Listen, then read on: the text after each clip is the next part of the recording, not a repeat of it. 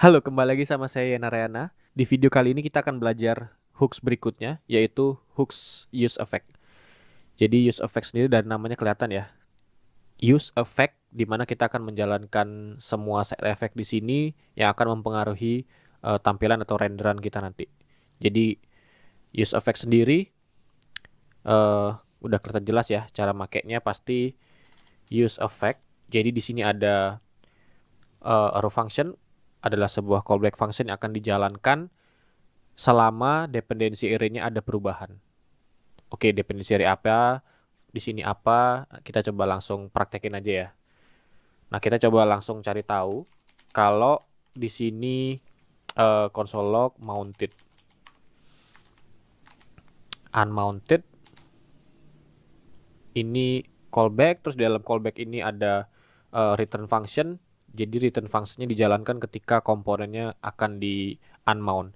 Mungkin kalian kalau di sempat migrasi dari kelas komponen, kalian akan sedikit ngeh kalau ada istilah komponen did mount, life cycle-nya ya di kelas komponen. Komponen did mount, komponen did update, dan komponen will unmount. Nah, si use effect ini kurang lebih mewakili tiga life cycle itu, tapi jangan berpikiran eh, mereka sama. Jadi seperti namanya, balik lagi, use effect. Effect ini atau function callback ini akan dijalankan ketika dependensi array-nya berubah. Udah segitu aja pengertiannya. Dependensi array lagi nanti kita akan bakal jelaskan lebih jauh. Nah, ini kita kalau jalankan ada error pastinya karena kita belum import si use effect ini. Ini seperti kelihatan dua kali karena ada di use strict itu ya. Jadi dari si React sendiri udah ngidupin kode use strict itu supaya kita bisa ngikutin linternya mereka lebih baik lagi gitu. Nah, jadi kalau emang ada seperti seolah-olah di load dua kali, kalian bisa coba abaikan aja. Ini yang sering dibahas sama orang kalau si use effect ini dianggap broken. Tapi sebenarnya bisa lah ya kita manfaatkan selama kalian paham cara menggunakan dependency array. Nah, gimana cara lebih paham ke sana? Coba kita bahas nanti di menit-menit berikutnya. Nah, jadi selain kita tahu basicnya efek ini, kita juga bisa tahu, kita bisa juga manfaatkan si use effect ini untuk mendeteksi sebuah halaman udah benar-benar ke mounting atau enggak. Itu biasanya kita manfaatkan salah satu ref basic ya, seperti useRef. Jadi kita misalkan punya reference namanya first. Pertama kita setup jadi null. Terus si first ini ketika mounted, kita mau rubah dia. Ingat kalau mau rubah reference dari useref kita harus akses lewat current, lalu kita rubah jadi mounted. Atau kita bisa rubah seperti ini aja, true. Terus ketika kita di clean up function, kita rubah jadi false lagi. Ya, ini kita rubah jadi false aja ya basicnya. Nah, mungkin di terakhir kita bisa cari tahu isinya si first. Ya, kita nggak bisa tahu nilai terakhir dari first ya, karena emang reference itu nggak membuat perubahan di state atau nggak ngasih tahu si React untuk re-render. Karena ini nggak di-render ulang, jadinya kita nggak tahu kalau si first ini benar-benar udah di komponen atau enggak. Tapi kita bisa manfaatkan value-nya ketika di misalkan mau ngakses resource lainnya. Seperti mungkin kalau mau manggil modal atau pop up lah seperti itu. Kita bisa manfaatkan teori seperti ini juga. Nanti penerapannya lebih lanjut, mungkin kita bakal ada latihan-latihan yang lain ya. Kalau mungkin segini aja kalian masih bingung, tapi saya ngasih tahu sedikit, ini salah satu cara buat kita tahu kalau komponennya udah benar-benar ready di DOM dan kita bisa manipulasi lah berikutnya, seperti itu. Berikutnya juga si use effect ini kita bisa panggil API-API dari browser ya, seperti misalkan kita kalau mau jalanin dokumen add event listener untuk nambahin scroll, ada nggak sih scroll, terus kita jalanin dulu.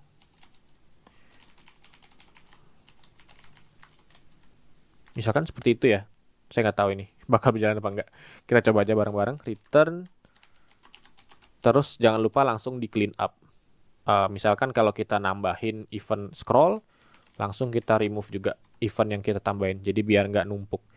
Kalau numpuk mungkin nggak akan masalah kalau aplikasinya kecil, tapi dia bakal seiring berjalannya waktu dia nambah event, tapi komponennya udah nggak ada nih, halamannya udah pindah. Sedangkan fungsinya masih di sana gitu, masih ada di memori. Dan kalau misalkan fungsinya jalan, contoh kayak scroll event gitu, kita mau akses objek yang nggak temu, pastinya ada runtime error di aplikasi kalian. Oh iya, halamannya nggak ada scrollnya ya. Coba kita tambahin style height. Nah, jadi kalau kita setiap nge-scroll, kita bisa trigger untuk nambahin event scroll di eh, komponen kita ini. Jadi kalau kalian lihat bisa kita dapetin eventnya seperti apa. Jadi kita bisa manfaatkan value-nya. Tergantung experience apa yang mau kalian ciptakan di aplikasinya gitu.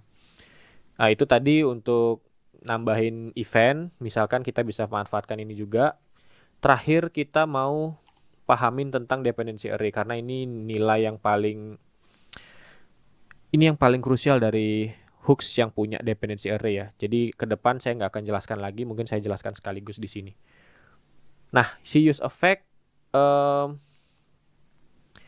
pastikan dependency array ini kalian paham penggunaannya kalau mereka itu seharusnya dipassing hanya untuk primitive values. Primitive values itu apa? Coba kita sambil searching bareng-bareng ya. Nah, jadi value-value yang masih string, number, seperti ini, eh, saran saya sebaiknya yang seperti ini aja yang dipassing. Karena kalau kalian passing sebuah array atau objek, kalau function masih mungkin lah ya, karena dia function itu kan sebenarnya konstanta juga. Jadi nggak akan berubah. Tapi kalau misalkan kalian passing sebuah state yang isinya array atau objek, kalau udah dia dari state, dia pasti berubah. Karena sifatnya state-nya di React sendiri kan sifatnya mutable ya. Dari mutable sendiri, mutable maksudnya eh, nilainya itu di passing lewat nilai setter. Jadi nilainya selalu baru dan ketika React tahu state-nya itu berubah, dia akan mere-render dan itu dipassing di dependency array dan itu udah pasti menjalankan efek yang baru lagi. Makanya kadang-kadang ada yang bilang efeknya ngelooping lah, maksimum stack call, kayak paling paling kalian sudah sering menemukan error seperti itu ya. Nah, jadi kalau bisa dipastikan kalian passing primitive values. Misalkan kalau mau ngatur pagination kadang agak males ya. Tapi kalau saran saya, kalau bisa dihindarin pakai trigger call biasa. Jadi kalau misalkan kalian bikin function untuk atau komponen untuk pagination, eh, nggak usah di track state untuk page-nya, tapi tombol klik untuk ke halaman tertentu itu yang dikasih function manggil API ke halaman tertentu. Jangan dikontrol lewat use effect. Karena suatu saat kalau ada orang yang kurang paham nge-maintain kodenya tentang use effect dan tiba-tiba mereka kebingungan ngerubah satu variabel tapi semuanya berubah. Seperti itu. Oke, saran saya kalian dalamin lagi tentang primitive values dan shallow copy, deep copy itu penting banget ya kalau kalian mau belajar di sini. Basicnya kalian harus tahu istilah tentang deep dan shallow copy. Kenapa kalian harus menghindari objek-objek untuk dipassing ke dependency array. Kenapa? Makanya saya punya kesimpulan untuk gunakan primitive values di dalam sini aja, gitu. Oke, mungkin use effect segitu aja ya. Nanti kita akan belajar istilah fetching API. Pastinya memanfaatkan use effect karena kita mau latihan tentang use effect. Tapi ada beberapa komponen seperti React Error Boundary dan React Suspend yang akan mendukung istilah kita tentang fetching as you render. Jadi fetching as you render itu React.js kan kalau kita bundle, dia pasti secara basic dia punya satu file sebuah main chunk besar ya. Atau mungkin mereka akan buat chunk-chunk kecil tapi itu nggak tersetting gitu. Potongannya nggak rapi. Nah, ketika kita memotong chunk kita dengan lebih baik, jadi pecahan komponennya itu pertama kali di load hanya yang mereka butuhkan aja. Misalkan si user mendarat di main-domain.com gitu ya, di aplikasi utamanya, dia hanya ngeload halaman contoh dashboard aja. Ya udah, chunknya itu cuman initial render dan halaman dashboardnya aja. Jadi ketika mereka mendecide atau mengklik halaman member page, baru dia ngeload chunk yang ukuran untuk si member page, baru dia bisa render API-nya, baru mereka sajikan datanya. Nah, seperti itulah konsep dari Fetch as you render. Mungkin di video tentang saya jelasin tentang Fetch as you render, saya bakal kasih bagan mungkin ya, biar kalian lebih paham juga. Oke, sekali lagi terima kasih udah nonton. Kalau kalian mau tetap nonton video saya berikutnya, mungkin bisa bantu subscribe dan hidupin lonceng. Misalkan kalau saya upload, biar bisa langsung kalian tonton juga. Sekali lagi terima kasih. Bye-bye.